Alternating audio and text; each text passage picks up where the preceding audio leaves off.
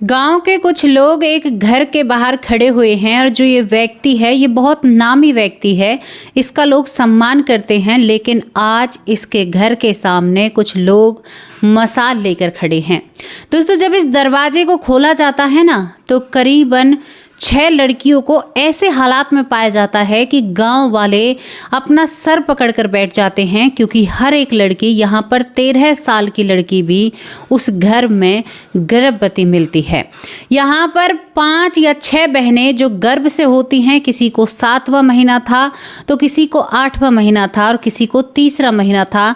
ये बहुत आश्चर्यजनक बात थी, क्योंकि इस घर में केवल इन लड़कियों के अलावा एक और व्यक्ति था जिसे गांव वाले, जिसकी छवि को बहुत प्यारी और बहुत अच्छी मानते थे। लेकिन इन लड़कियों के साथ ऐसा किसने क्यों किया, कैसे किया, गांव में रहते हुए गांव वालों को खबर कैसे नहीं पड़ी, ये पूरी घटना जब आप जानोगे तो हैरान हो जाओगे। और यहाँ पर ऐसा नहीं है कि ये घटनाएं पुरानी होती हैं, आज भी ऐसी घटनाएं आपको ज़्यादातर देखने को मिल जाएंगी। आपको हमारे साथ बिहार के एक गाँव चलना होगा, जिस गांव में यहाँ पर एक अब्दुल कलाम नाम का व्यक्ति रहता है। अब्दुल कलाम 1971 से पहले की बात बताती हूँ। अब्दुल कलाम की पत्नी, जिसका नाम अरफा होता है, अरफा बहुत खूबसूरत थी। दोस्तों, इनका बहुत अच्छा परिवार होता है। देश में बंटवारे की जो चहल पहल चल रही थी, बहुत जगह बहुत कुछ चल रहा था, देश बट जाता है।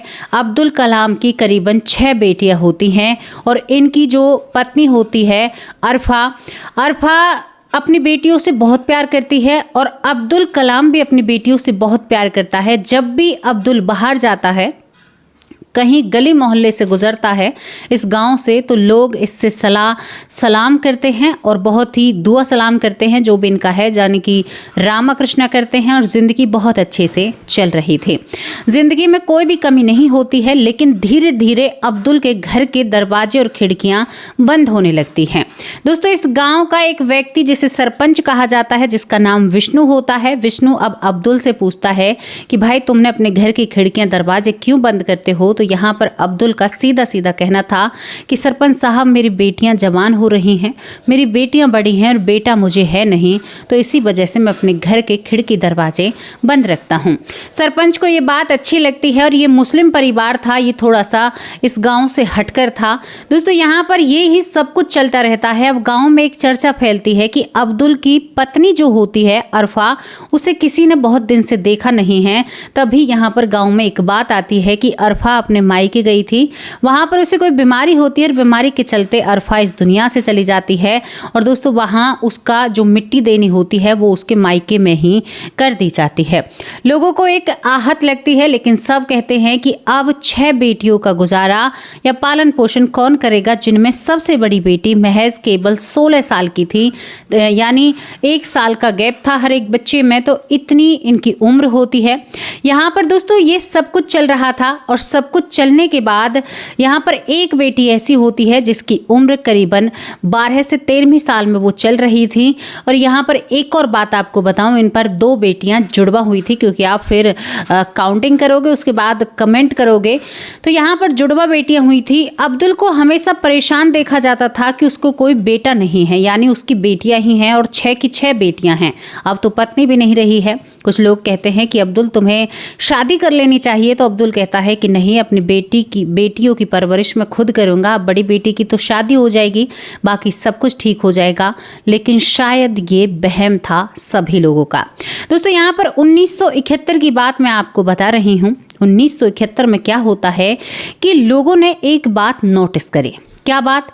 अब्दुल के घर में से हमेशा चीखने की आवाज़ आती है, लेकिन किसी की हिम्मत नहीं होती। कई बार पूछा तो उसने कहा कि मेरी बेटी जवान हो रही हैं। अब्दुल के घर में बहुत कुछ चल रहा था। यहाँ पर अब्दुल हमेशा अपने घर की निगरानी बाहर बैठकर किया करता था। जितने भी लोग निकलते हैं, गुजरते हैं, सभी से दुआ सलाम करता है। सबकी नज़रों में एक बहुत अच्छा इंसान था। लेकिन अब बीते 5 या 6 दिन से अब्दुल के घर के दरवाजे बिल्कुल बंद हैं। एक डाकिया कुछ पत्र लेकर आता है, लेकिन वो भी बाहर दरवाजे पर पड़े हैं। गांव वालों को डर लगता है कि कहीं अब्दुल और अब्दुल के परिवार को कुछ हो तो नहीं गया है, पत्नी भी नहीं है। दोस्तों गांव वाले जब इस घर के सामने पहुंचते हैं तो हाथ में उनके जलती हुई लकड़ियां होती हैं कि भाई कोई वैसा मामला है। जब लकड़ियां होती हैं, जल रही थी, किसी ने लाठी ले रखी थी, किसी ने कुछ, दरवाज़ा खटखटाते हैं, कोई भी नहीं बोलता है। दोबारा दरवाज़ा खटखटाते हैं, फिर भी कोई नहीं बोलता है। अब गाँव वाले इस दरवाजे को तोड़ने का विचार करते हैं। गांव वाले जब इस दरवाजे को तोड़ने का विचार करते हैं तो उस वक्त थोड़ा सा दिन ऐसा छिप रहा था, या आप लोग समझते हैं पुराने ज़माने के घरों की मोटी दीवारों के होने के कारण रोशनी कम पहुंच पाती थी। इस घर में अंधेरा होता है। सामने एक पुराने ज़माने की जिस तरह से दरवाजे पर बनाया जाता था, दरवाजे की सेफ्टी के लिए, जब उस दरवाजे को तोड़ा जाता है तो सामने ही एक लड़की ज़मीन पर पड़ी हुई तड़प रही है। आप यकीन नहीं करोगे, अब्दुल की वो सबसे बड़ी बेटी जो 16 की होकर 17वीं साल में चल रही थी और उसका पेट बहुत बाहर था, यानी वो गर्भवती थी, शायद 8 या 7 महीने की। लोगों को हैरानी हो जाती है। उसे लोग संभालते हैं, बेटी तुम्हारे अब्बू कहाँ हैं, तुम्हारी बहनें कहाँ हैं, इस घर में हुआ क्या है। लेकिन ये लड़की कुछ नहीं बोल पाती है। ये लड़की एक सदमे में थी, कपड़े फटे हुए थे, हालत बहुत गंभीर थी, आंखों के नीचे काले घेरे थे, समस्याएं बहुत गंभीर थी। दोस्तों हर कमरा ऐसा था, हर जगह जैसे गांव वाले पूरे घर में घूमते हैं तो यहाँ पर वो 6 बहन गर्भवती मिलती हैं। हर एक कमरा में भूखी प्यासी कोई बंधी हुई है, किसी के पैर बंधे हुए हैं, किसी के हाथ बंधे हुए हैं। इसी तरह से उस पूरे घर में ये तांडव मचा हुआ था।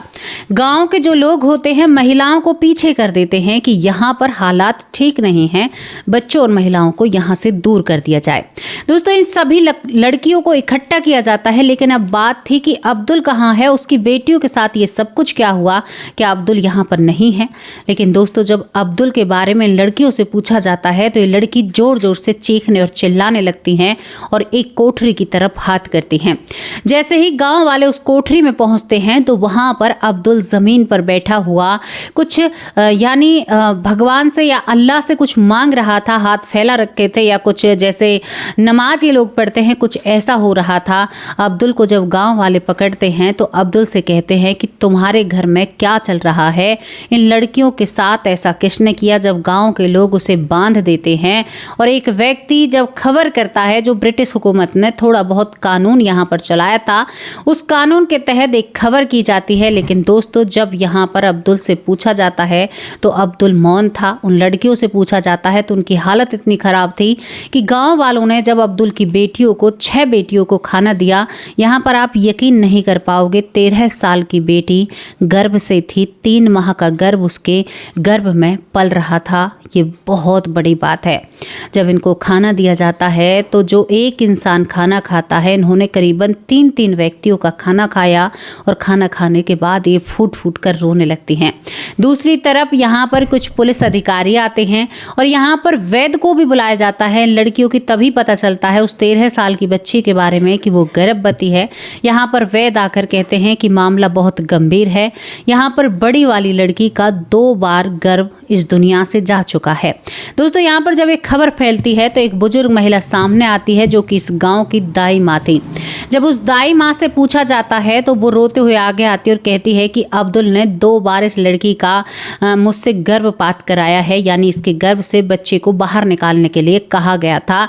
ये बातें जब गाँव वाले के सामने आती हैं तो एक सरपंच चीख कर कहता है कि ये अन्याय हमारी नाक के नीचे चल रहा था, तुमने पहले क्यों नहीं बताया। दोस्तों अब्दुल को यहाँ पर गांव वाले मारना चाहते थे, अब्दुल को इस दुनिया से दूर करना चाहते थे, क्योंकि सबका शक था कि अब्दुल ने ही इनके साथ सब कुछ किया है। यहाँ पर पुलिस मामला अपने हाथों में लेती है और अब्दुल को गिरफ्तार करती है और अब्दुल को वहाँ से ले जाया जाता है। लेकिन इन लड़कियों का क्या होगा, इनका जो आगे होगा वो मैं आपको बताऊंगी। लेकिन अभी अब्दुल पर चलना होगा। अब्दुल के पास जब जाते हैं तो वहाँ पर अब्दुल से जब पूछताछ की जाती है तो अब्दुल एक ऐसी बात रखता है जो दिल को तोड़ देती है। क्या कोई इंसान इतना बुरा हो सकता है? अब्दुल ने कहा कि मेरी पत्नी इस दुनिया से जा चुकी थी, मेरी पत्नी को भी मैंने ही मारा है, मारकर मेरे घर के पीछे वो ज़मीन में दफन है, किसी को भी नहीं पता। यहाँ पर पूछा जाता है क्यों मारा? क्योंकि वो मुझे एक बेटा नहीं दे सकती। जो मुझे बेटा नहीं दे सकती उसका इस दुनिया में क्या काम। मैंने अपनी पत्नी को मारते वक्त कहा कि तुमने मुझे बेटा नहीं दिया, लेकिन तुम्हारी ये 6 बेटियां मुझे बेटा देंगी। गांव में अब्दुल अपनी साफ छवि बनाता है। उस वक्त ये दौर भी था कि देश का बंटवारा था, लोग एक दूसरे को पसंद नहीं कर रहे थे, लेकिन अब्दुल को गांव वालों ने, हिंदुओं का गांव था, शरण दी और कहा कि चाहे कुछ भी हो जाए, कोई भी बंटवारा चल रहा है, लेकिन तुमसे कोई कुछ नहीं कहेगा। अगर तुमसे किसी ने कहा तो हम उसके सामने खड़े हैं। अब्दुल का इतना साथ दिया, लेकिन अब्दुल के सर पर था बेटों का भूत। अब्दुल यहाँ पर अपने धर्म की कुछ किताबें पढ़ता है, कुछ चीज़ें पढ़ता है, और वो अपनी बेटियों से ही रिश्ता बनाने में जायज़ समझता है, या उसे एक तरह से कहूँ तो कानूनन समझता है अपनी दुनिया में। मैंने ये नहीं कहा कि कानून। दोस्तों, यहाँ पर अब्दुल ने सबसे पहले बड़ी बेटी से रिश्ते बनाए। बड़ी बेटी 2 बार गर्भवती होती है। कमजोरी के कारण, खाना कम मिलने के कारण उसके 2 गर्भ इस दुनिया से चले जाते हैं। उस दाई को बुलाया जाता है, उसको मोटी रकम दी जाती है क्योंकि अब्दुल पैसे वाला था। यहाँ पर सभी बेटियों को अलग अलग कोठरियों में बंद रखा जाता है, सबको बांध दिया जाता है। धीरे धीरे लोगों में खबर फैलाई जाती है कि भाई मेरी बेटियां जवान हैं, इसलिए मैंने पर्दे लगाए हैं, खिड़कियां लगाई हैं। दोस्तों, यहाँ पर उन लड़कियों के साथ वो बारी बारी से वो सब कुछ करता रहा जो वो अपनी पत्नी के साथ करता है। धीरे धीरे तीनों, यहाँ पर 6 बेटी गर्भवती हो जाती हैं। और यहाँ पर अब्दुल कहता है कि अगर गांव वाले फैसला ना लेते तो शायद मेरे 6 बेटे आते। और अब्दुल को पक्का यकीन था कि 6 बेटे ही होंगे 6 बेटियों से। लेकिन आप जो आगे का सुनोगे, आंखों से आंसू आ जाएंगे। यहाँ पर यही सब कुछ होता है। अब उस समय ऐसा कोई कानून नहीं था, इतना ठोस कानून नहीं था। दोस्तों, अब्दुल को जिंदगी भर के लिए कारावास में डाल दिया जाता है। लेकिन वहाँ पर भी जो और मुजरिम थे उन्होंने कहा अब्दुल की जब बातें चर्चा में चलती हैं तो हम इसको मार देंगे, इसने अपनी बेटियों के साथ बहुत गलत किया। अब्दुल को अकेला रखा जाता है, लेकिन अब भी वो अपनी किताब पर, अपने आप पर, अपने ईमान पर और अपने जो रूल रेगुलेशन है या अपने बनाए हुए जो चीज़ें हैं उन पर यकीन करता है। कहता है कि हमारे धर्म में ऐसे हम रिश्ते बना सकते हैं, यानी हम बिस्तरी कर सकते हैं, कुछ ऐसे लफ्ज उसके होते हैं। इसके बाद यहाँ पर ये सब कुछ समाप्त होता है, इसके ऊपर कानून कार्रवाई होती है। लेकिन अब उन बेटियों की तरफ चलते हैं। दोस्तों, यहाँ पर जो बड़ी बेटी होती है, बड़ी बेटी इस तीसरे बच्चे को जन्म देते ही इस दुनिया से चली जाती है। उस लड़के को ऐसी जगह पर रख दिया जाता है जहां से उसकी दूसरी जिंदगी शुरू होती है। दूसरी बेटी अपनी गर्भवती होते ही अपने हाथ को यानी अपनी नस को काट लेती है एक ऐसे हथियार से, वो भी इस दुनिया से चली जाती है। यहाँ पर तीसरे नंबर की जो बेटी होती है, तीसरे नंबर की बेटी एक लड़के को जन्म देती है। लड़के को जन्म देती है, यहाँ पर एक बच्चे को साथ लेकर मरी थी, एक का बच्चा दूर दे दिया था। इसके बच्चे को भी ऐसे ही किया जाता है और ये लड़की बोलने से बंद हो जाती है। करीबन 8 साल बाद ये लड़की बिना किसी से शादी करे गाँव में पागलों की तरह भटकती है और इसकी मृत्यु हो जाती है। चौथे नंबर की लड़की का गाँव वालों ने घर बसाने की कोशिश की, उसके बच्चे को गोद लिया, उसके बच्चे को वो स्थान दिया जहाँ पर अब्दुल रहता है। और दोस्तों, चौथे नंबर की लड़की का घर बसा दिया जाता है। अब आती है 5वें नंबर की लड़की की बारी। आप जब सुनोगे तो रूह कांप जाएगी। 13 साल की वो लड़की होती है। 13 साल की उम्र में गर्भवती होने के कारण जब उसका पहला बच्चा इस दुनिया में आता है तो अत्यधिक रक्तपात होने के कारण, यानी ज़्यादा ब्लीडिंग होने के कारण ये 13 साल की बच्ची तड़प तड़प कर इस दुनिया से चली जाती है। लेकिन 13 साल की उम्र में जिस बच्चे को जन्म दिया था वो बहुत ही ज़्यादा हष्ट पुष्ट होता है।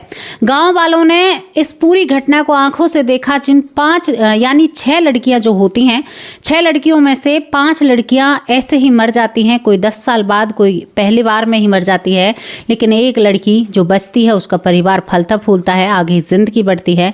लेकिन दोस्तों, यहाँ पर 13 साल की बच्ची को देखकर सबकी आंखें भर आती हैं और मन में एक बात उठती है सरपंच के कि अब्दुल को उसी वक्त क्यों नहीं मार दिया गया, हमने ये फैसला क्यों नहीं लिया।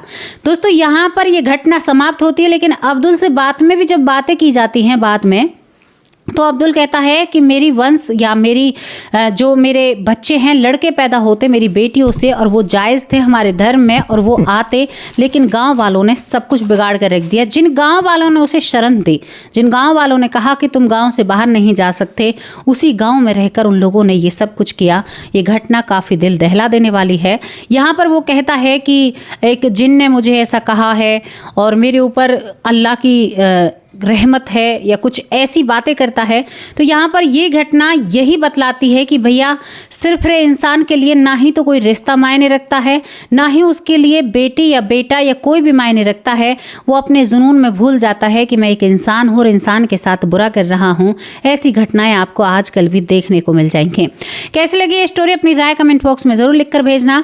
मुनमुन श्रीवास्तव फेसबुक परिवार से बहुत बहुत धन्यवाद। पुष्पा श्रीवास्तव बहुत अच्छी बहन हैं। दीपक लोधी बहुत अच्छे भाई हैं। विनोद कुमार बहुत अच्छे भाई हैं। रजनी शर्मा बहुत अच्छे कमेंट करती हैं। ऊषा सक्सेना बहुत बहुत धन्यवाद। डॉली चौहान डागर बहुत अच्छी बहन है। आसिम बहुत बहुत धन्यवाद, बहुत अच्छे कमेंट करते हैं। राजेश भाई कैसे हो। पंकज कुमार बहुत अच्छे कमेंट करते हैं। सत्येंद्र पाटिल बहुत अच्छे भाई हैं। रीना यादव बहुत बहुत धन्यवाद। विजय भाई कैसे हो। शिव प्रकाश नारायण दुबे बहुत अच्छे भाई हैं, बहुत अच्छे कमेंट करते हैं। ललिता यादव जो फेसबुक के परिवार है, ये मेरा फेसबुक का परिवार था, अब यूट्यूब के परिवार की बारी है। यहाँ पर दोस्तों सबसे पहला कमेंट भूप सिंह भाई का है। गायत्री देवी, सुमन बहन कैसी हो। अनिल साक्य फरीदाबाद से हैं। महेंद्र सिंह बहुत बहुत धन्यवाद। बिटी का बॉस यहाँ पर बहुत अच्छे कमेंट करती हैं। ननक बहन कैसी हो। नीलेश भोलपुरकर, बबीता सिंह दिल्ली से हैं। नीलेश विश्वकर्मा बहुत अच्छे भाई हैं। यशवंती माँ कैसे हो। विमला दलाल माँ आप कैसे हो। यहाँ पर ऐश्वर्या माँ आप कैसे हो। सिकंदर सिंह भाई आप कैसे हो। प्रतिभा मारू बहुत अच्छी बहन है। महेंद्र भाई कैसे हो। मधुपमन माँ आप कैसे हो। नीता कुंतल जो मथुरा से देखती हैं, मधुपमन माँ भी मथुरा से देखती हैं। राकेश अवस्थी, उमा सोनी, बबली जांगरा, डॉक्टर रंजीत कुमार मिश्रा, यहाँ पर डॉक्टर सुरेश सोनी मेरे बड़े भाई। रजनी बहन आप कैसी हो। सीता मौर्य बहुत अच्छी माँ है। सैमी कौशल बहुत बहुत धन्यवाद। अनीता चौहान बहुत बहुत धन्यवाद। सिकंदर बहुत प्यारी बहन है। हीरा कुमारी बहुत अच्छी बहन है। खुशी सिंह बहुत बहुत धन्यवाद। नरेश कुमार, लक्ष्मण सिंह, मंजू चौधरी बहुत प्यारी बहन है। यहाँ पर राकेश अवस्थी बहुत अच्छे कमेंट करते हैं। दीपक कुमार सिरसा से हैं। योग माया साहू बहुत अच्छी बहन है। डॉली बहन बहुत अच्छे कमेंट करते हैं। उषा रानी बहुत बहुत धन्यवाद। मनक्षी गोला बहुत बहुत धन्यवाद। शकुंतला कैसी हो प्यारी बहन। सरयुबाला, युगमाया साहू, रीता काव्या, यहाँ पर सीता मौर्य बहुत अच्छी माँ है। सीता शर्मा बहुत अच्छी बहन है। रमन जी बहुत बहुत धन्यवाद। आशा गुप्ता बहुत अच्छे कमेंट करते हैं। जीतू प्रजापति बहुत अच्छी बहन है। अनिल राज, अनिल व्यास भाई बहुत अच्छे भाई हैं। यहाँ पर रामायण कुशवाहा, माही, प्रवेश, हर्षित, ललिता यादव माँ हरियाणा से हैं। समित्रा पौर बहुत बहुत धन्यवाद। राजा राम भाई कैसे हो। आशा गुप्ता, सीमा बहन जो लखनऊ से मुझे देखती हैं। सीमा अरोड़ा दिल्ली से देखती हैं, बहुत अच्छी बहन है। इंदु ठाकुर, पुष्पा पांडे, सुरेंद्र कुमार और यहाँ पर सुरेंद्र भारद्वाज, सुरेश भारद्वाज और माही, ये पूरा परिवार है। यहाँ पर फेसबुक परिवार का भी नाम लिया है। ये स्टोरी आपको कैसी लगी और आप क्या कहना चाहते हो उस बाप के बारे में जिसने अपनी बेटियों के साथ ऐसा किया। अब आप लोगों से विदा लेती हूँ। कल हाजिर होंगे एक सच्ची अच्छी स्टोरी के साथ। तब तक के लिए नमस्कार। जय हिंद, जय भारत।